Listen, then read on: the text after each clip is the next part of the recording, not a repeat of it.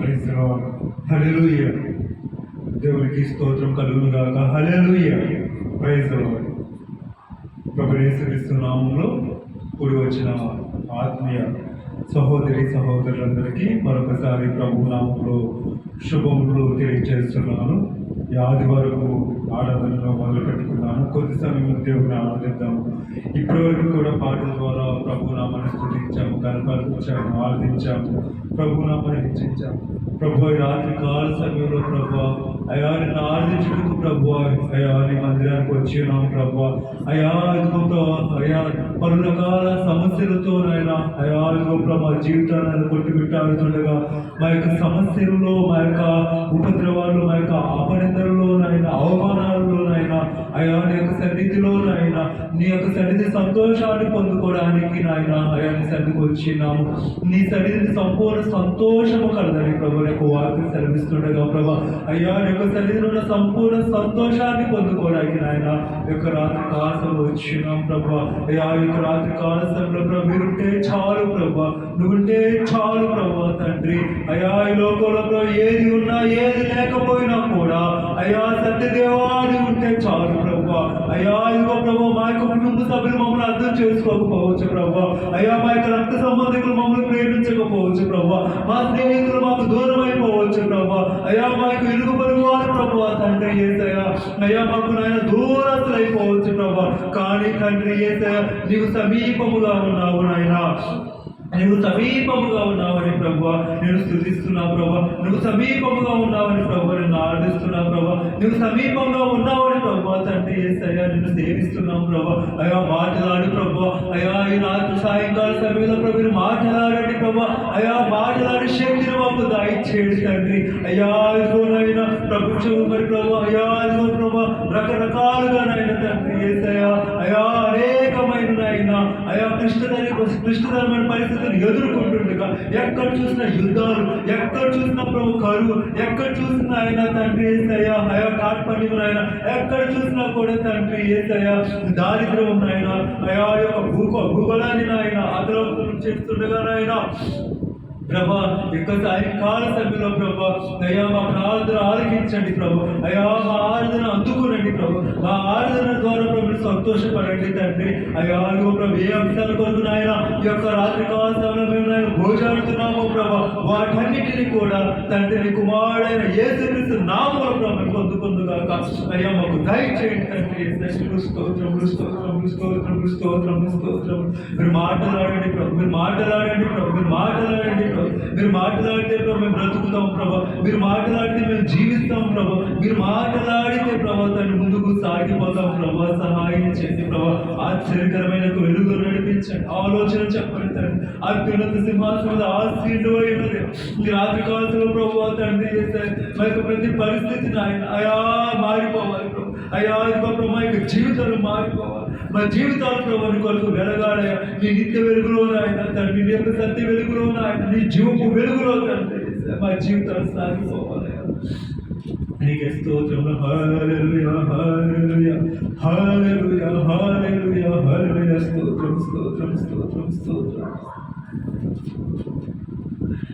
నీవే నాకు చాలును యేసు, నీవే నాకు చాలును యేసు, నీవే నాకు చాలును యేసు, నీవే నాకు చాలును యేసు, నీవే నాకు చాలును యేసు, నీవే నాకు చాలును యేసు, నీ కృప నాకు చాలును యేసు, నీ కృప నాకు చాలును యేసు, నీవే నాకు చాలును యేసు, నీవే నాకు చాలును యేసు. ఒంటి నిండా బంగారమున్నను అది నీకు సాటి రాగలరా,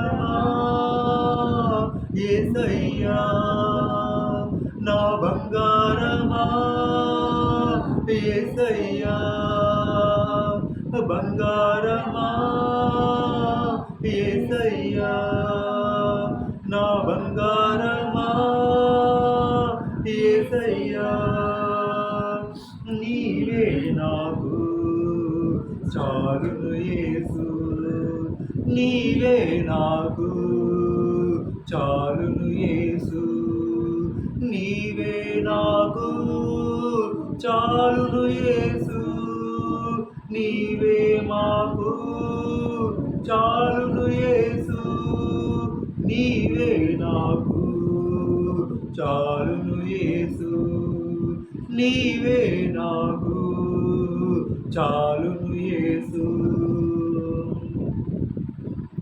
కోట్లు కోట్లుగా ధనము ఉన్నను అది నీకు సాటి రాగలదా కోట్లు కోట్లుగా ధనము ఉన్నను అది నీకు సాటి రాగలదా ధనమంతా నీవేసయ్యా నా ధనమంతా నీవేసయ్యా ధనమంతా నీవేసయ్యా నా ధనమంతా నీవేసయ్యా నీవే నాకు చాలును యేసు నీవే నాకు చాలును యేసు నీవే నాకు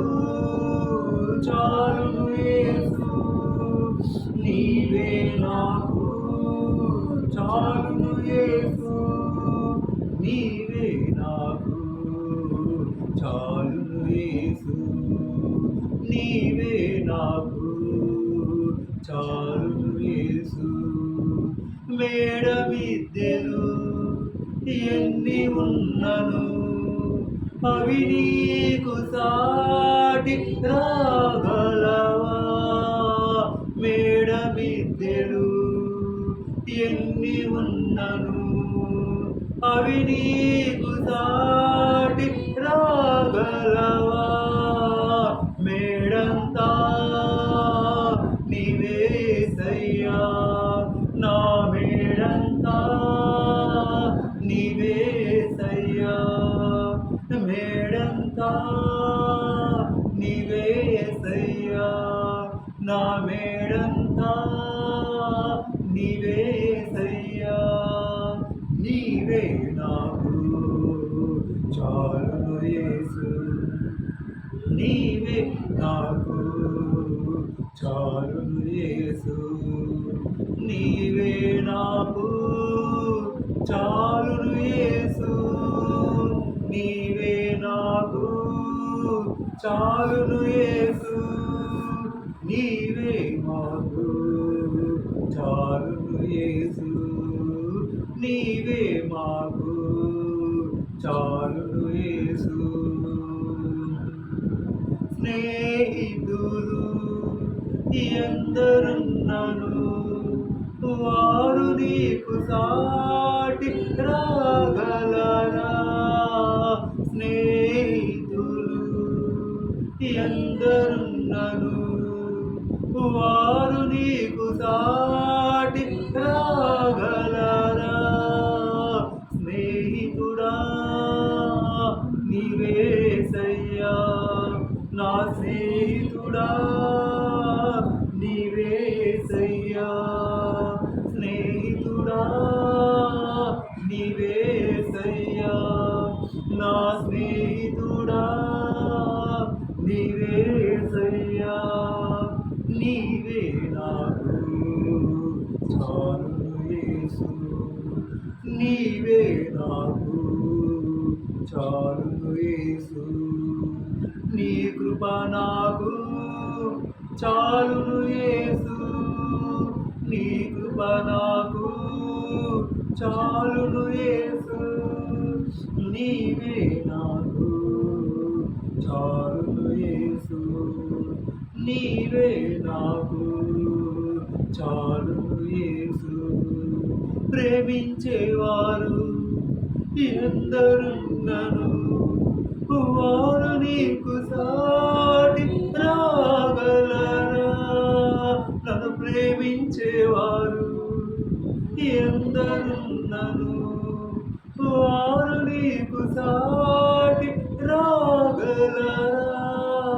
ప్రేమమయా నీవే యేసయ్యా, నా ప్రేమమయా నీవే యేసయ్యా, ప్రేమమయా నీవే యేసయ్యా, నా ప్రేమమయా నీవే యేసయ్యా.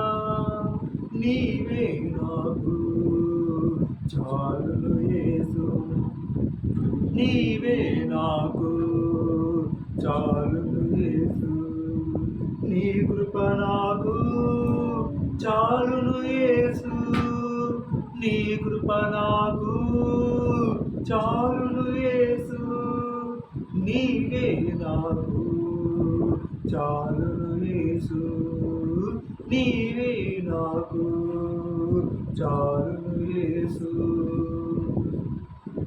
అవును ప్రభువా, నీకు స్తోత్రమైన నీకు వందనాలు చెల్లించుకోవచ్చు. ఈ రాత్రి కాల సమయంలో ప్రభు ప్రేమించేవారు ఎంతమంది ఉన్నా కూడా తండ్రి వారు నీకు సాటి లేరు ప్రభు. అయా బంధువులు ఎంతమంది ఉన్నా కూడా ప్రభు వారు నీకు సాటి రాలేరు ప్రభు. స్నేహితులు ఎంతమంది ఉన్నా కూడా వారు నీకు సాటి రాలేరు ప్రభు. అయా మేడ విద్యులు ఎన్నున్నా కూడా ప్రభు నీకు సాటి రాలేవు ప్రభు. అయా కోట్లు కోట్లుగా ధనం ఉన్నా కూడా అవి నీకు సాటి రాలేవు ప్రభు. అయా తండ్రి నీకు స్తోత్రం. ఒంటి నిండా బంగారం ఉన్నా కూడా అది నీకు సాటి రాలేదు ప్రభు. అందుని బట్టి నీకు స్తోత్రము స్తోత్రము స్తోత్రము అయ్యా. ఆశ్చర్యకరమైన గొప్ప వెలుగులో నడిపించండి. ఆలోచన చెప్పండి. నీ పరిశుద్ధతను బట్టి నీకు స్తోత్రము అయ్యా. నీవే మా హృదయ వాంఛలు ఎరిగిన దేవుడు, హృదయ వాంఛలు తీర్చే దేవుడు అయ్యుండగా నాయన పరిశుద్ధాత్మదేవ సహాయం చేయండి. పరిశుద్ధాత్మదేవ నీ బలమైన కార్యము జరిగించండి. పరిశుద్ధాత్మదేవ ఏ సేవమును ఆదుకోనండి. నీతి అన్ని దక్షిణాంతంతో ఆదుకోనండి తండ్రి. నీకు వందనాలయ్యా. ఈ రాత్రి కాసిన వాక్యం ద్వారా మాట్లాడి ప్రభు నీ ఘనమైన బలమైన కార్యాలు జరిగించిన ఆయన అంతవరకు నీకు నమ్మకం సాక్షులుగా నిలబెట్టుకోమని అయ్యా నీ యొక్క వాక్యం కొరకు ఆయన నిలబడిన నన్ను ప్రభు నీ యొక్క వాక్యాత్మ శక్తితో నింపిన ఆయన తండ్రి. వాక్యం చెప్పుచుండగా తండ్రి దేవ యేసయ్యా అయ్యా వాక్యానుసారమైన జీవితాన్ని ముందుకు నడిపించిన ఆయన మీరే మహిమ పొందుకోమని తండ్రిని ప్రియకుమారుని యేసయ్య పరిశుద్ధమైన నామములో అడిగి వేడుకొంచున్నాము తండ్రి. ఆమేన్. హల్లెలూయా.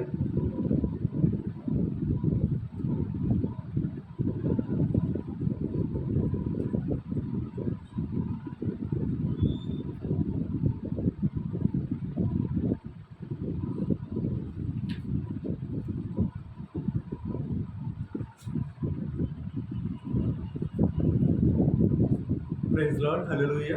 దేవునికి స్తోత్రం కలుగును గాక. దేవుడు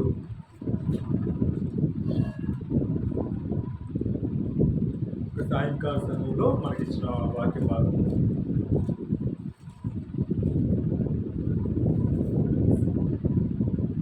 కీర్తన గ్రంథం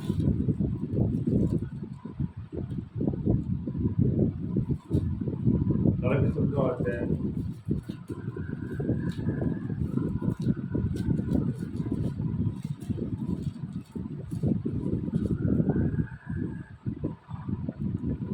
కీర్తనలు 49వ అధ్యాయం 6వ వచనం నుండి 9వ వచనం నుండి చదువుతున్నాము. తమ ఆస్తియే ప్రాపకమని నమ్మి తమ ధన విస్తారతను బట్టి పొగుడుకుని వారికి నేనేలా భయపడవలను? ఎవడను ఏ విధము చేతనైనను తన సహోదరుని విమోచించలేడు. వాడు కుళ్ళు చూడక నిత్యము బ్రతుకున్నట్లు వారి నిమిత్తము దేవుని సన్నిధిని ప్రాయశ్చిత్తము చేయగలవాడు ఎవడూ లేడు. వారి ప్రాణ విమోచన ధనము బహు గొప్పది, అది ఎన్నటికి తీరక అట్లుండవలసినదే. దేవుడు తన పరిశుద్ధ వాక్యమును మన కిడిలో దీవించి ఆశీర్వదించుగాక. ఆమేన్. కీర్తనల గ్రంథము 49వ అధ్యాయం మనం ఒకసారి పరిశీలన చేసినట్లయితే, ఈ కీర్తన ఎవరు రాశారో అని మనం చూసినట్లయితే ప్రధాన గాయకునికి కోరాహు కుమారులది గీతము అని రాయబడి ఉంటుంది. ఎవరు రాశారంటే ఈ యొక్క కీర్తన కోరాహు కుమారులు రాశారు. ఈ యొక్క కోరాహు కుమారులు ఎవరు, అసలు ఈ కోరాహు ఎవరు అని మనం పరిశీలన చేసినట్లయితే, పాత నిబంధన కాలంలో మోషే కాలంలో ఈ కోరాహు నివసించారు. ఈ కోరాహు ఎవరు అంటే మోషేకి విరోధముగా నడుచుకున్న వ్యక్తి. కోరాహు ఏ వంశానికి చెందినవాడంటే లేవి వంశానికి చెందిన వాడు. మోషే ఏ వంశానికి చెందినవాడు? లేవి వంశానికి చెందినవాడు. అహరోను ఏ వంశానికి చెందినవాడు? లేవి వంశానికి చెందినవాడు. అయితే ఈ కోరాహు మరి మోషేని దేవుడు ఏర్పాటు చేసుకొని మోషే నాయకత్వంలో ఇశ్రాయేలుని ఐగుప్తు దేశం నుండి కనాను దేశానికి నడిపిస్తూ ఉన్నప్పుడు దేవుడు ఏం చేశాడంటే అహరోనుని ప్రధాన యాజకుడిగా నియమించాడు. అహరోనుని ప్రధాన యాజకుడిగా నియమించినప్పుడు ఈ కోరాహు ఏం చేస్తున్నాడంటే, కోరాహు దాతాను అబిరాము అనే వారిని ఏర్పాటు చేసుకొని మోషేకి విరోధంగా లేచినట్లుగా మనం చూస్తూ ఉన్నాం. ఒకసారి మనము పరిశీలన చేసినట్లయితే సంఖ్యాకాండము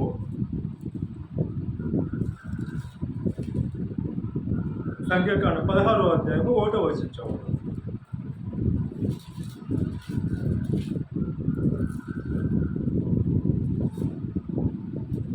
సంఖ్యాకాండం 16వ అధ్యాయం. లేవికి ముని మనవడును కహాతుకు మనవడును ఇస్సారు కుమారునకు కోరాహు రూబేనీయులలో ఏలియాబు కుమారులైన దాతాను అబీరామును పేలేతు కుమారుడైన ఓనును యోచించుకొని ఇశ్రాయేలులో పేరు పొందిన సభికులను సమాజ ప్రధానులైన 250 మందితో మోషేకు ఎదురుగా లేచి మోషే అహరోనులకు విరోధంగా పోగుపడి, మీతో మాకిక పని లేదు, ఈ సర్వ సమాజములోని ప్రతివాడును పరిశుద్ధుడే, యెహోవా వారి మధ్యనున్నాడు, యెహోవా సంఘం మీద మిమ్మల్ని మీరేలా హెచ్చించుకొంచున్నారని మోషే ఆ మాట విని సాగిలపడిన. హల్లెలూయా. ఎవరట ఈ కోరాహు? లేవికి ముని మనవుడు కహాతు మనవుడు ఇస్సారు కుమారుడైన కోరాహు ఏం చేస్తున్నాడంటే, రూబేనీయుల్లో ఏలియాబు కుమారుడు దాతాను అబిరాము ఎవరంటే రూబేను గోత్రానికి చెందినవాడు. అదేవిధంగా ఎవరు అంటే ఏలియాబు కుమారులు అయి ఉన్నారు. వారిని ఏర్పాటు చేసుకొని వారిలో అదేవిధంగా ఇశ్రాయేలుల సభికుల్లో అదేవిధంగా సమాజ ప్రధానుల్లో ఎంతమందిని 250 మందిని ఏర్పాటు చేసుకొని మోషేకి విరోధముగా పోగుపడి, మీతో మాకిక పని లేదు అని ఒక దైవజనుడికి వ్యతిరేకంగా మాట్లాడుతున్నట్లు ఇక్కడ మనం చూస్తూ ఉన్నాం. మరి ఆ కోరాహు కుమారులే ఈ కీర్తన రాసి ఉన్నారు. మరి ఆ కాలంలో మనము గమనించినట్లయితే ఎవరైనా దేవుని యొక్క సన్నిధికి విరోధంగా నడుచుకుంటే, లేకపోతే దేవుని యొక్క సేవకులకు విరోధంగా నడుచుకుంటే ఆ యొక్క శాపాన్ని బట్టి మరి ఏం చేస్తారంటే ఆ యొక్క కుటుంబాన్ని, వారి యొక్క రక్త సంబంధికులు, వారి యొక్క ఆస్తిని, వారి యొక్క పశువులను, వారి యొక్క గుడాల మొత్తాన్ని కూడా పెరికివేసి మరి వారిని కాల్చివేయటమో లేకపోతే రాళ్ళతో కొట్టి చంపటమో చేస్తూ ఉంటారు. మరి ఈ యొక్క 250 మంది ఏం చేశారంటే, మనం కూడా మరి లేవి గోత్రానికి చెందిన వారము. అహరోను మాత్రమే ప్రధాన యాజకుడా, అహరోను మాత్రమే దేవుని యొక్క సన్నిధిలో ధూపం వేసేవాడా, అహరోను మాత్రమే మరి బలులు అర్పించేవాడా, మనము కూడా ఇవన్నీ మనం చేయగలుగుతామని ఈ యొక్క 250 మంది కూడా ఏం చేశారంటే 250 ధూపార్తులు చేత పట్టుకొని దేవుని యొక్క సన్నిధిలో ధూపం వేయడానికి వెళ్ళి ఉన్నారు. అలా వెళ్ళినప్పుడు దేవుడు మోషేతో అంటూ ఉంటాడు, మీరు ఇశ్రాయేలుల 12 గోత్రాలు చొప్పున ఒక్కొక్క గోత్రం చొప్పున ఒక్కొక్క కర్రను తీసుకొని రండి, వాటిని సాక్ష్యపు మందసము ఎదుట ప్రత్యక్ష గుడారంలో మరి మందసము ఎదుట పెట్టినప్పుడు ఎవరి కర్ర చిగురిస్తుందో వారిని దేవుడు ఏర్పాటు చేసుకున్న వ్యక్తి అని చెప్పినప్పుడు ఆ యొక్క రాత్రి ఆ యొక్క ఇశ్రాయేలు 12 గోత్రములు చొప్పున 12 కర్రలు సాక్ష్యపు మందసము ఎదుట పెట్టినప్పుడు అహరోను యొక్క కర్ర ఏమవుతుంది? చిగురిస్తుంది. అలా చిగురించినప్పుడు యొక్క 250 మందిని కూడా దేవుడు మరి చంపేమని అంటాడు. అదేవిధంగా యొక్క కోరాను, దాతాను, అభిరాము, ఈ 3 కుటుంబాలు వారి యొక్క భార్యలను, వారి యొక్క పిల్లలను, వారి యొక్క రక్త సంబంధికులు, వారి యొక్క పశువులు, వారి యొక్క ఆస్తిని అంతా కూడా మరి దేవుడు అంటాడు, ఆ కోరావు, దాతాను, అభిరాము యొక్క గుడారాలకు దూరంగా తొలగిపోండి అని చెప్పినప్పుడు భూమి నెరవేర్చి వారిని మృంగి వేసినట్లుగా చూస్తూ ఉంటాం. కానీ అక్కడ ఏం జరుగుతుందంటే కోరాహు కుమారుని దేవుడు చంపలేదంట. హల్లెలూయా. వాస్తవంగా అయితే మరి ఆకాను పాపం చేసినప్పుడు ఆకాను యొక్క మరి భార్యను, ఆకాను పిల్లలను, ఆకాను యొక్క రక్త సంబంధికులు అందరినీ కూడా మరి అక్కడ అగ్ని కాల్చి వేసినట్లయితే మనం చూస్తూ ఉంటాం. ఇక్కడ కూడా మనం చూసినట్లయితే మరి కోరాహు కుమారుని దేవుడు చంపలేదు. ఎందుకు కోరాహు కుమారుని దేవుడు చంపలేదంటే కోరాహు కుమారుడు బాల్యం నుండి దేవుడి యొక్క ప్రణాళిక ఉంది. బాల్యం నుండి దేవుని ఎందుకు భయభక్తులు కలిగి ఉన్నారు. మరి కోరాహు ఆ రీతిగా పాపం చేస్తున్నప్పటికీ కూడా కోరాహు కుమారులు ఏం చేస్తున్నారంటే దేవునికి భయపడి మరి వారి యొక్క తండ్రి యొక్క దోషాన్ని ఒప్పుకుంటూ ఉండొచ్చు. మరి కోరాహు యొక్క తప్పుని క్షమించమని దేవుని వేడుకుంటూ ఉండొచ్చు. అయ్యో నా యొక్క తండ్రి మరి మోషేకు విరోధంగా లేచి ఉన్నాడు, మోషేకు విరోధంగా మాట్లాడుతున్నాడు, ప్రభువా నా తండ్రి వారిని క్షమించనేసేసి కోరాహు కుమారుడు బాల్యంలోనే ప్రార్థన చేసి ఉండొచ్చు. హల్లెలూయా.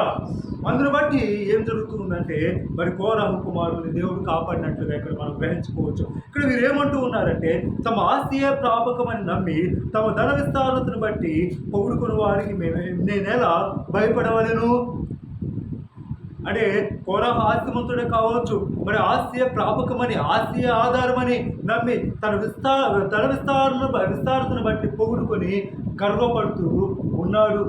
ఆ యొక్క ధన విస్తారతను బట్టి గర్వము తెచ్చుకొని మోషేకు విరోధముగా లేచి ఆ యొక్క ధూపార్తలు పట్టుకొని దేవుని యొక్క సన్నిధికి వెళ్ళినట్లుగా చూస్తూ ఉన్నాం.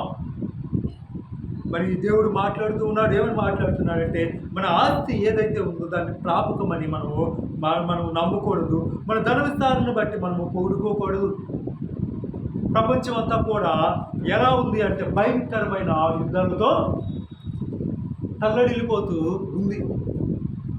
రష్యా ఉక్రెయిన్ యుద్ధం ఎన్ని సంవత్సరాలు జరుగుతుందంటే దగ్గరగా 2-3 సంవత్సరాల నుండి రష్యా ఉక్రెయిన్ మధ్య యుద్ధము జరుగుతూ ఉంది. ఇంకా అంతకుముందు సిరియా మీద యుద్ధం, సిరియాకను వేరే దేశాలకు యుద్ధాలు. ఇప్పుడు ఏం జరుగుతుంది? యుద్ధము ఇజ్రాయెల్కి దేశానికి, అదేవిధంగా ఇరాన్ దేశానికి భయంకరమైన యుద్ధము జరుగుతుంది. ఇస్రాయెల్ దేశము ఇరాన్ దేశం మీద మరి అక్కడున్న టెహ్రాన్ సిటీ మీద బాంబుల వర్షం కురిపించినప్పుడు ఎంతో ప్రాణ నష్టం, ఎంతో ఆస్తి నష్టం. అదేవిధంగా మరి అక్కడ ఇరాన్ ప్రాంతం వారు ఇక్కడ టెల్ అవీవ్ మీద, అదేవిధంగా జెరూసలేం మీద దాడి చేసినప్పుడు మన హాస్పిటల్ ఒకటి ధ్వంసమైపోయింది, ఎంతోమంది చనిపోయారు. అదేవిధంగా ఎంతో ఆస్తి నష్టము జరుగుతుంది. అంటే కొన్ని 100,000 కోట్ల ఆస్తులు ధ్వంసమైపోతూ ఉన్నాయి. ఇజ్రాయెల్ గాజా మీద యుద్ధం చేస్తూ ఉన్నప్పుడు గాజా మరి యూట్యూబ్లో చూస్తున్నప్పుడు, వార్తలు చూస్తున్నప్పుడు ఒక 30 సంవత్సరాలైనా కూడా గాజా కోలుకోలేదట. ఇంకొక 100 సంవత్సరాలైనా కూడా మరి ఉక్రెయిన్ కోలుకోలేదట. అంటే అది మొత్తము మరలా కూడా ఆర్థిక పరిస్థితి మెరుగుపడటానికి ఒక 100 సంవత్సరాలు పట్టింది. ఒక 16,000 కోట్లు నష్టం అనేసి వార్తల్లో మనం వింటూ ఉన్నాం. మరి ఎప్పుడు ఏం జరిగిద్దో మనిషికి తెలియదు, హఠాత్తుగా ఏం జరిగిద్దో తెలియదు.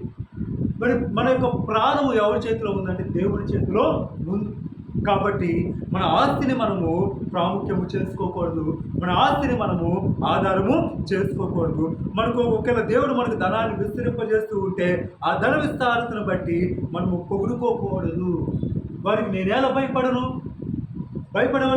ఆ దినాల్లోని కోరాహు కుమారులు తన తండ్రిని బట్టి భయపడలేదు. హల్లెలూయా. అందుకనే కోరాహు కుమారులకి దేవుని యొక్క ఆలయంలో సేవ చేసే కృపను దేవుడు ఇచ్చాడు, యాజకులుగా నిలువ పెట్టుకున్నాడు. ఒకసారి మనము పరిశీలన చేసినట్లయితే లేవియ కాండము 19వ అధ్యాయము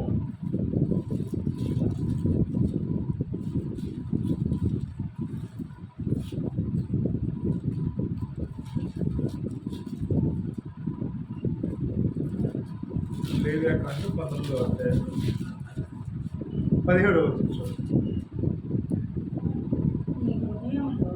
నీ హృదయంలో నీ సహోదరుని మీద పగపట్టకూడదు. నీ పొరుగువారి పాపము నీ మీదకి రాకుండానట్లు నీవు తప్పక వానిని గద్దింపవలెను. కీడుకు ప్రతి కీడు చేయకూడదు. నీ ప్రజల మీద కోపముంచకూడదు. నిన్ను వలె నీ పొరుగు వాడిని ప్రేమింపవలెను. నేను యెహోవాను. చాలా ఇప్పుడు మళ్ళా దేవుడు మాట్లాడుతూ ఉన్నాడు. అక్కడ ఇందాక మనం కీర్తన గ్రంథం 49వ అధ్యాయం కింద మనం ఒకసారి పరిశీలన చేసినట్లయితే 7వ వచనంలో ఎవడును ఏ విధము చేతనైనను తన సహోదరుని విమోచించలేడు. వాడు కుళ్ళు చూడక నిత్యము బ్రతుకున్నట్లు వాడి నిమిత్తము దేవుని సన్నిధిని ప్రాయచిత్తము చేయగలవాడు ఎవడును లేడు. హల్లెలూయా. ఈ లోకంలో మరి ఎవరు కూడా ఏ విధం చేతనైనా కూడా మన సహోదరులను విమోచించలేమనేసి దేవుడు మాట్లాడుతూ ఉన్నాడు. ఎవరు విమోచించగలుగుతారంటే మన ప్రభు అయిన యేసుక్రీస్తు మాత్రమే మనందరినీ కూడా విమోచించేవాడిగా ఉన్నాడు. విమోచన క్రయ ధనముగా కలువరి శిలువలో నీ కొరకు నా కొరకు తన యొక్క ప్రాణాన్ని బలిగా అర్పించి మనల్ని ఏం చేశాడంటే తండ్రి అయిన దేవునికి ఒక రాజ్యముగాను యాజక సమూహముగాను మనల్ని చేసి ఉన్నాడు. హల్లెలూయా. అలాంటి గొప్ప దేవుడు ఏమంటున్నాడంటే ఎవడును ఏ విధం చేతనైనా తన సహోదరుని విమోచించలేడట. మరి వాడి కుళ్ళు చూడక నిత్యము బ్రతుకున్నట్లు వాడి నిమిత్తం దేవుని సన్నిధిని ప్రాయశ్చిత్తము చేయగలవాడు ఎవడును లేడు. మరి ఆ రోజుల్లో ఇశ్రాయేల్ జనాంగము పాపము చేస్తూ ఉన్నప్పుడు, పాపాన్ని కట్టుకుంటూ ఉన్నప్పుడు, పాపాన్ని మోస్తూ ఉన్నప్పుడు ఏం చేస్తున్నారు? అపరాధ పరిహారార్థ బలిగా, పాప పరిహారార్థ బలిగా రకరకాల బలులు అర్పిస్తూ, సమాధాన బలులు అర్పిస్తూ ఏం చేస్తూ ఉన్నారంటే మరి దేవుని యొక్క ప్రత్యక్షపు గుడారానికి ఒక కోడెను, ఒక మేకను, ఒక గొర్రెను తీసుకొని వచ్చినప్పుడు ప్రధాన యాజకుడైన అహరోను ఏం చేస్తున్నట్టే ఆ యొక్క మరి పశువు యొక్క తల మీద చేతులు ఉంచి మరి పాప పరిహారానికి దాని యొక్క తలను వధించి ఆ యొక్క రక్తాన్ని వారి మీద చిమిరినప్పుడు ఏం జరుగుతుందంటే వారికి పాప క్షమాపణ కలుగుతూ ఉంది. తర్వాత ఆ పశువును తీసుకెళ్ళి వెళ్ళి ఆ యొక్క బలిపీఠం మీద దహిస్తూ ఉన్నప్పుడు దేవుడు ఇంపైన సువాసన గల హోమం వలె ఆ యొక్క మరి ఆగ్రహించి ఆ యొక్క వ్యక్తిని స్వస్థపరుస్తూ ఉన్నాడు. ఆ వ్యక్తిని మరికి పశ్చాత్తాపము కలుగు చేస్తూ ఉన్నాడు, ప్రాయచిత్తం కలుగు చేస్తూ ఉన్నాడు. అయినప్పటికీ ఏం చేస్తున్నారంటే తర్వాత వెళ్ళి అదే పాపం చేస్తున్నారు. మళ్ళీ ఒక కోడిని తీసుకొని వస్తున్నారు, పాప క్షమాపణ పొందుకుంటున్నారు. మరలా వెళ్తున్నారు, మరలా ఒక కోడిను తీసుకొని వస్తున్నారు. ఆ రీతిగా మరలా వధిస్తూ ఉన్నారు, పాప క్షమాపణ పొందుకుంటున్నారు. అందుకే ఏమంటున్నారు అంటే ఎవడు కూడా ఏ విధం చేస్తున్నాయో మరి తన యొక్క సహోదరుని విమోచించలేడు. వాడు కుళ్ళు చూడక నిత్యము బ్రతుకున్నట్లు వాడి నిమిత్తము ప్రాయశ్చిత్తము చేయగలిగిన వాడు ఎవరు లేడట. అది ఎవరంటే మన ప్రభు అయిన యేసుక్రీస్తు మాత్రమే మన యొక్క పాపానికి ప్రాయశ్చిత్తము చేసేవాడిగా ఉన్నాడు, మనందరిని విమోచించేవాడిగా ఉన్నాడు. అదే లేవియా కాండం 19వ అధ్యాయము మనం చదువుకున్న వాక్యంలో మీ హృదయంలోని సహోదరుని మీద పగ పట్టకూడదు, మీ పొరుగు వాని పాపము నీ మీదకి రాకుండానట్లు నువ్వు తప్పక వారిని గద్దింపవలెను. హల్లెలూయా. ఇప్పుడు నేను పాపం చేశాను అనుకోండి, నా పాపం ఎవరి మీదకి వస్తుంది? నా మీదకి వస్తుంది, నా పిల్లల మీదకి వస్తుంది, అంతే కదా. మరి నేను పాపం చేస్తే నా పాపం నీ మీదకి ఎలా వస్తుంది? నువ్వు పాపం చేస్తే నీ పాపము నా మీదకి ఎలా వస్తుంది? ఇక్కడ దేవుడు మాట్లాడుతూ ఉన్నాడు, మీ హృదయంలో నీ సహోదరుని మీద పగ పట్టకూడదు, నీ పొరుగు వాని పాపము నీ మీదకి రాకున్నట్ల నువ్వు వాడిని తప్పక గద్దించమన్నాడు. నీ సహోదరుడు పాపం చేస్తూ ఉన్నాడు, పక్కన నువ్వు ఉన్నావు, నువ్వు నీ యొక్క సహోదరుని గద్దించకపోతే, నీ సహోదరుడు పాపం చేస్తూ ఉంటే ఆ సమయానికి వేరే వాళ్ళు వస్తే ఆ పాపం మనకు కూడా బాగుంది అనుకుంటారా లేదా? నీ కళ్ళ ముందే పాపం చేస్తున్నాడు కదా, మరి నువ్వు అక్కడ ఎందుకు ఉన్నావు అంటే ఆ పాపంలో నీకు భాగము ఉంది. ఒక దొంగతనం జరుగుతుంది, ఆ దొంగతనం జరుగుతూ ఉన్నప్పుడు ఆ దొంగతనాన్ని చూస్తూ ఉన్నామనుకోండి, పోలీసుకి కొట్టివ్వకుండానో లేకపోతే నలుగురిని పిలవకుండానో ఆ ఇంటి యజమానికి ఫోన్ చేయకుండా చూస్తూ ఉన్నాం అనుకోండి, వచ్చిన వాళ్ళందరూ ఏమనుకుంటారు? ఆ దొంగతనంలో మనకి కూడా భాగము ఉంది. అంటే వాడి యొక్క దోషం మన మీదకి వస్తుందా లేదా? వాడి యొక్క పాపం మన మీదకి వస్తుందా లేదా? అందుకే అంటూ ఉన్నాడు, నీ సహోదరుని యొక్క పాపము నీ మీదకి రాకుండానట్లు నీ సహోదరుని నువ్వు తప్పక గద్దించాలి. ఈ రోజుల్లో క్రైస్తవులుగా పిలువబడుతున్న మనం చేయలేకపోతుంది అదే, మన తోటి వారిని మనము గద్దించలేకపోతూ ఉన్నాం. వారు పాపంలో ఉన్నప్పుడు, వారు దోషం చేస్తున్నప్పుడు వారిని గద్దించలేని స్థితిలో ఉన్నాం. వారిని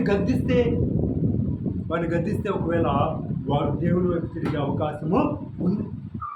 సేవ చేస్తున్న సేవకులమైన అనేకులమైన మేము కూడా ఏంటంటే వాక్యం చెప్తున్నాం కానీ గద్దించే స్థితిలో నేటి క్రైస్తవులు లేదు. ఒక చర్చికి ఒక విశ్వాసం వస్తూ ఉంటే ఏదైనా తప్పు చేస్తుందని తెలిసినప్పుడు ఒకరు గద్దిస్తే ఆ యొక్క విశ్వాసి రాదేమో, చర్చి యొక్క మెంబర్షిప్ తగ్గిపోద్దేమో, సంఘం యొక్క సంఖ్య తగ్గిపోద్ది, సంఘానికి వారు రారు, దూరస్తులు అయిపోతారు, వేరే సంఘానికి వెళ్ళిపోతారన్న ఆలోచన కానీ లేకపోతే వేరే ఆలోచనలు కానీ ఏం చేస్తానంటే సేవకుడు సంఘానికి వచ్చేవాడిని గద్దించలేని స్థితిలో ఉన్నారు. అలా గద్దించలేకపోతే ఆ యొక్క పాపము ఎవరి మీదకి వస్తుందట? సేవకుని మీదకి కూడా వస్తుంది, ఖచ్చితంగా వస్తుంది. ఎందుకంటే మరి నీ యొక్క సహోదరుడు పాపం చేస్తున్నప్పుడు, తప్పు చేస్తున్నప్పుడు గద్దించుకోకపోతే ఆ యొక్క పాపం నీ మీదకి వస్తుందని దేవుడు హెచ్చరిస్తున్నాడు. కాబట్టి మరి ఎప్పుడు మనం గద్దించగలుగుతామంటే పరిపూర్ణమైన ప్రార్థన శక్తి, పరిపూర్ణమైన పరిశుద్ధాత్మ శక్తి మన మీదుగా ఉన్నప్పుడు మనం ఏం చేస్తామంటే మనలో పరిశుద్ధాత్మ దేవుడు నెడతా ఉంటాడు. నువ్వు వెళ్ళు నీ సహోదరుని గద్దించు, నువ్వు వెళ్ళు నీ సహోదరుని గద్దించు అనేసి నెడతా ఉంటాడు.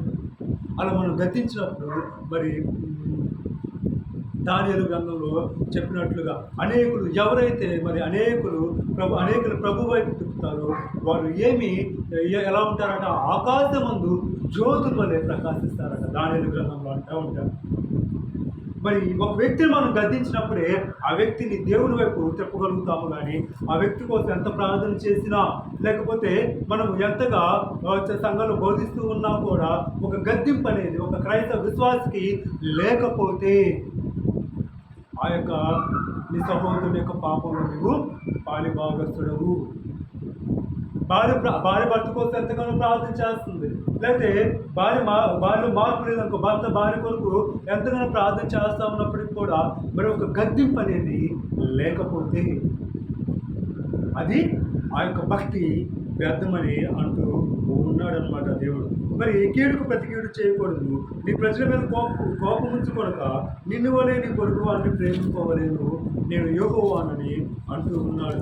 ఎప్పుడైతే మరి మనము పరిపూర్ణంగా అటువంటి ప్రేమలో ఉంటామో అప్పుడు మన పాపాలకి ప్రాయశ్చిత్తము కలిగిద్దని దేవుడు చెప్తూ ఉన్నాడు.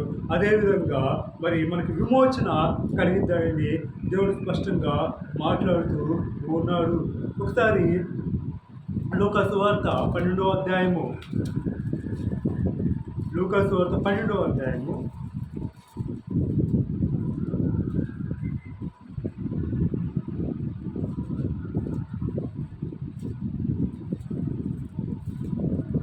12వ అధ్యాయము 16వ వచనం నుండి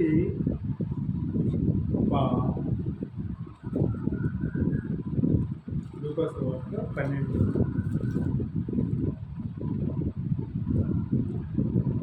16 వచనం నుండి 21 వచనం వరకు మనం పరిశీలన చేస్తే అక్కడ ఒక ధనవంతుడు ఉంటాడంట.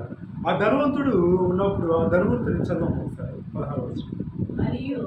మరియు ఆయన వారితో ఈ ఉపమానము చెప్పాను. ఒక ధనవంతుడు భూమి సమృద్ధిగా పండెను. అప్పుడు అతడు నా పంట సమకూర్చుకుంటూ నాకు స్థలము చాలదు కనుక నేనేమి చేతునని తనలో తాను ఆలోచించుకొని నేను ఇలాగ చేతును నా కొట్లను విప్పి వాటికంటే గొప్ప వాటిని కట్టించి అందులో నా ధాన్యమంతటిని నా ఆస్తిని సమకూర్చుకొని నా ప్రాణముతో ప్రాణమా అనేక సంవత్సరములకు విస్తారమైన ఆస్తి నీకు సమకూర్చబడి ఉన్నది. సుఖించుము, తినుము, త్రాగుము, సంతోషించమని చెప్పుకొనుచుండెను. అయితే దేవుడు వెర్రివాడ, ఈ రాత్రి ప్రాణం నడుపుచున్నాను. నీవు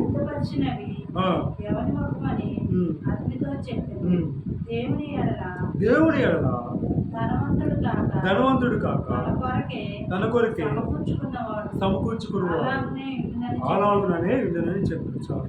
ఇక్కడ ఈ ఉపమానంలో కూడా మనం చూసినట్లయితే ధనవంతుడు ఏం చేస్తున్నాడు? దేవుడు ఏం చేశాడు? అతని యొక్క పంటను సమృద్ధిగా పండించాడు. ఎంతో విస్తారంగా భూమి పండినప్పుడు ఎన్ని సంవత్సరాలకి? 1 సంవత్సరం కాదు. ఐగుప్తు దేశంలో కరువు వచ్చినప్పుడు ఐగుప్తు దేశం అంతటా కూడా మరి పంట పండే సంవత్సరాలు ఎన్నో వస్తాయని దేవుడు చెప్పాడు యోసేపు కంటే. 7 బహు బలముగా గొప్పగా పండే సంవత్సరాలు 7 వస్తాయని చెప్పినప్పుడు 7 సంవత్సరాలకు సరిపడే పంట అంతా కూడా దేవుడు 1 సంవత్సరంలో ఇచ్చాడు. అలా ఇచ్చినప్పుడు 7 సంవత్సరాలు కూడా ఏం జరుగుతుంది? ఐగుప్తీయులందరికీ కూడా ధాన్యాన్ని పంచుతూ ఉన్నారు. కనాను దేశం నుండి వస్తూ ఉన్నారు. ఇంకా ఆ చుట్టుప్రక్కల ఉన్న అనేక దేశాల నుండి వస్తూ ఉన్నప్పుడు ఇక్కడ కూడా మరి అనేక సంవత్సరాలకు సరిపడే పంట పండినప్పుడు వీడు ఏం చేయాలి? లేని వారికి పంచిపెట్టాలి. అంతే కదా? ఎవరికైతే లేదో 1 సంవత్సరము ఎక్కువ సంవత్సరాలు ధాన్యం ఉందనుకోండి, నిల్వ ఉంటుందా? పురుగులు తినేస్తా ఉంటాయి. అవునా కాదు? ఏదో ఒక రకంగా అది స్పాయిల్ అయిపోతా ఉంటుంది. అప్పుడు ఇప్పుడు ఏం చేయాలి? దేవుడిచ్చిన ఆ కృపను బట్టి, దేవా నీవిచ్చావు నా భూమి సమృద్ధిగా పండిందనేసేసి ఆ సంవత్సరానికి ఉంచుకొని, లేకపోతే 2 సంవత్సరాలకు ఉంచుకొని మిగతాదంతా కూడా పంచిపెట్టి ఉండాలి. కానీ ఏమనుకుంటున్నాడు? నా ధాన్యమంతటిని నా ఆస్తిని సమకూర్చుకొని నా ప్రాణం అనేక సంవత్సరములకు అని అంటూ ఉన్నాడు. ఎంత ఆశ! రేపు ఏం జరుగుతుందో కూడా మనకి తెలియదు. రేపు మన ప్రాణం ఉంటుందో ఊడిద్దో కూడా తెలియని పరిస్థితుల్లో మనం ఉన్నప్పుడు ఇతను ఏమనుకుంటున్నాడంటే, విస్తారమైన ఆస్తి నీకు సమకూర్చబడి ఉన్నది, సుఖించుము, తినుము, త్రాగు, సంతోషించమని చెప్పుకోవచ్చు అన్నప్పుడు ఇతడు ఏం చేస్తే తన ఆస్తిని ప్రాపకమని నమ్మి తన ధన సమృద్ధి చేత ఏం చేస్తున్నాడు? ఈ ధనవంతుడు గర్వపడుతూ ఉన్నాడు. ఎలా గర్వపడుతున్నాడంటే, అనేక సంవత్సరాలకు మరి సరిపడా కూర్చుకొని నా ప్రాణమా తినుము, త్రాగుము, సుఖించుమని చెప్పుకుంటూ ఉన్నప్పుడు దేవుడు అంటూ ఉన్నాడు. దేవుడు మాట్లాడుతూ, వెర్రివాడా, ఓ వెర్రివాడా, అనేక సంవత్సరాలకు నువ్వు కూర్చుకునేంతగా నేను ఇస్తే నువ్వు నీ ప్రాణంతో చెప్తున్నావు నా ప్రాణమా తినుము, త్రాగుము, సుఖించు అని నువ్వు చెప్పుకొనుచున్నావే. అవి ఇచ్చిన దేవుడిని నన్ను స్మరణకు తెచ్చుకొనుచున్నావా? సృష్టికర్తనైన నన్ను జ్ఞాపకం చేసుకొనుచున్నావా? ఆ ధాన్యాన్ని నువ్వు లేని వారికి పంచిపెడుతున్నావా? కనుక ఈ రాత్రే నీ ప్రాణాన్ని నేను అడుగుతున్నాను. ఈ రాత్రే నీ ప్రాణాన్ని నేను తీసుకుంటున్నాను. నీవు సంపాదించినవన్నీ ఎవరి వగును అని ప్రశ్నిస్తూ ఉన్నాడు. అందుకని ఈ లోకంలో జీవిస్తున్న మనము తగమట్టు వరకే మనం ఉంచుకొని మిగతాదంతా కూడా ఎవరికి ఖర్చు పెట్టాలంటే దేవుని కొరకు ఖర్చు పెట్టాలి. ఇక్కడ దేవుడు స్పష్టంగా మాట్లాడుతున్నాడు. దేవుని ఎడల ధనవంతుడు కాక తన కొరకే సమకూర్చుకునేవాడు అలాగనే ఉన్నాడు. మన కొరకు దేవుడు సమకూరుస్తూ ఉన్నప్పుడు మనకు సమకూర్చిన దాన్ని మనకు దేవుని కొరకు సమకూర్చాలి. దేవుని కొరకు సమకూర్చి దేవుని ఎదుట ధనవంతులు అవ్వాలని అంటూ ఉన్నాడు. ఎలా దేవుని ఎదుట మనము ధనవంతులు అవుతామంటే, దేవుడు మనకి సమకూర్చిన వాటిని దేవుడు ఎవరికైతే సమకూర్చలేదో, హల్లెలూయా, ఇక్కడ దేవుడు నీకు సమకూర్చాడు, నీ ప్రక్కనున్న వాడికి సమకూర్చలేదు అంటే దేవుడు అన్యాయస్తుడా, దేవుడు పక్షపాత? మరి దేవుడు నీకు సమకూర్చినప్పుడు వానికి కూడా సమకూర్చవచ్చు కదా. అంటే ఇదంతా కూడా నీకు ఒక పరీక్ష. ఏంటది? పరీక్ష. నువ్వు ఎంతవరకు యథార్థంగా జీవిస్తున్నావు, ఎంతవరకు దేవుని యొక్క కట్టడలను నువ్వు గైకొంటున్నావు, ఎంతవరకు దేవుని యొక్క ఆజ్ఞానుసారంగా నువ్వు నడుచుకుంటున్నావు అని దేవుడు పెట్టే ఆ పరీక్ష. ఆ పరీక్షలో మనము దేవుని యొక్క రాజ్యంలో అధికులుగా ఉండటానికి, దేవుని రాజ్యంలో అల్పులుగా ఉండటానికి, పరలోక రాజ్యాన్ని స్వతంత్రించుకోవడానికి, లేకపోతే దేవుని యొక్క ఆజ్ఞలు పడద్రోసుకొని నరకానికి వెళ్ళడానికి, ఇదంతా కూడా ఒక పెద్ద ఎగ్జామినేషన్. ఏంటది? ఒక పెద్ద పరీక్ష జీవితమే మనిషి యొక్క జీవితం. లేకపోతే ఏంటండి, ఈ మనిషికి వస్తున్న శోధనలు ఏంటి, వేదనలు ఏంటి, కరువులు ఏంటి, ఈ యొక్క దుఃఖం ఏంటి, ఈ యొక్క ఏడుపు ఏంటి? దేవుని యొక్క రాజ్యంలో, పరలోక రాజ్యంలో అక్కడ దుఃఖము లేదట, నిట్టూర్పు లేదట, వేదన లేదట. దేవుడే ప్రతి వాడి కన్నీటి బాష్ప బిందువును తుడిచివేయును. అంటే రాకుండా ఆయన తుడిచివేస్తాడు. ఆయన కన్నీరే ఉండదు. ఈ లోకంలోనే కన్నీరైనా ఏదైనా. అందుకనే దేవుడు మాట్లాడుతున్నాడు, స్పష్టంగా మాట్లాడుతున్నాడు. మనం దేవుని కొరకు జీవించాలని మాట్లాడుతున్నాడు. దేవుని ఎదుట ధనవంతులు కావాలని మాట్లాడుతున్నాడు. దేవుడు మనకు సమకూర్చిన వాటిని దేవుని కొరకు సమకూర్చాలి. ఆకలితో ఉన్న వారికి అన్నం పెట్టాలి, వస్త్రాలు లేని వారికి వస్త్రాలు ఇవ్వాలి, ఆపదలో ఉన్న వారిని ఆదుకోవాలని దేవుడు స్పష్టంగా తెలియజేస్తూ ఉన్నాడు. ఇది చివరిగా ఇంకొక రెఫరెన్స్ మనం చూసినట్లయితే, ఒక్కసారి ప్రకటన గ్రంథము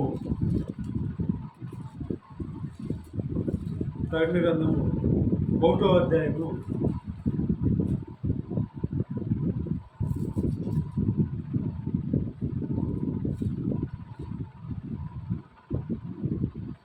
18వ వచనం.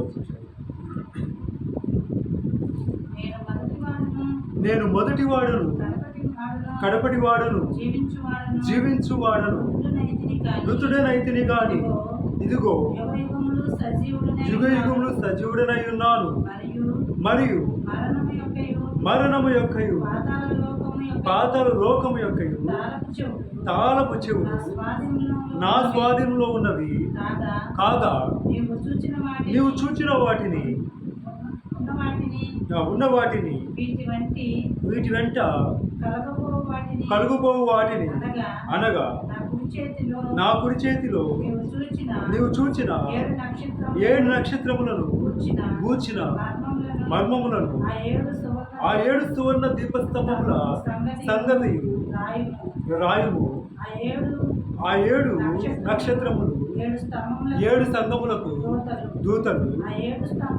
ఆ 7 స్తంభములు, ఆ 7 దీపస్తంభములు 7 సంఘములు చాలు. ఇక్కడ దేవుడు మాట్లాడుతూ ఉన్నాడు.